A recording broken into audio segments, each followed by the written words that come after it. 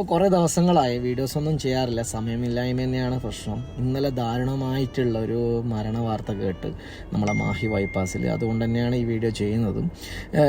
തീർച്ചയായിട്ടും ഈ രണ്ട് കാര്യങ്ങൾ നിങ്ങൾ മാഹി ബൈപ്പാസ് ഉപയോഗിക്കുന്ന ആൾക്കാരാണെങ്കിൽ, മാഹി ബൈപ്പാസിലൂടെ രാത്രി യാത്ര ചെയ്യുന്ന ആൾക്കാരാണെങ്കിൽ ഈ രണ്ട് കാര്യം നിർബന്ധമായി നിങ്ങൾ ശ്രദ്ധിക്കണം.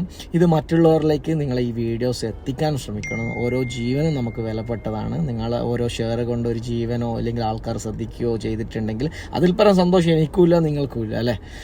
രണ്ട് കാര്യങ്ങളിൽ, ഒന്ന്, നിങ്ങൾ യാതൊരു കാരണവശാലും അവിടെ നിർത്തിയിടാൻ പാടില്ല. നിർത്തിയിട്ട് സംസാരിക്കാനോ നിങ്ങൾ വീഡിയോസ് എടുക്കാനോ പാടില്ല. അത് ഭയങ്കര ഡേഞ്ചറസ് ആയിട്ടുള്ള ഒരു കാര്യമാണ് മാഹി ബൈപ്പാസിൽ രാത്രി.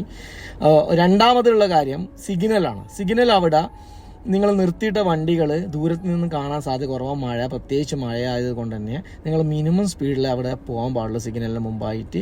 പിന്നെ ആ സിഗ്നലിൽ പ്രത്യേകത എന്ന് പറഞ്ഞാൽ ക്യാമറ ഇല്ലാത്തത് കൊണ്ട് തന്നെ കുറേ വണ്ടികൾ അങ്ങോട്ടും ഇങ്ങോട്ടും ചറവറ റെഡിൽ പോലും പോകുന്നുണ്ട്. അപ്പോൾ നിങ്ങൾ കാണില്ല, അടിച്ച് തെറപ്പിക്കും, നിങ്ങൾ വണ്ടി മറിയാനും എല്ലാം സാധ്യത കൂടുതലാണ്.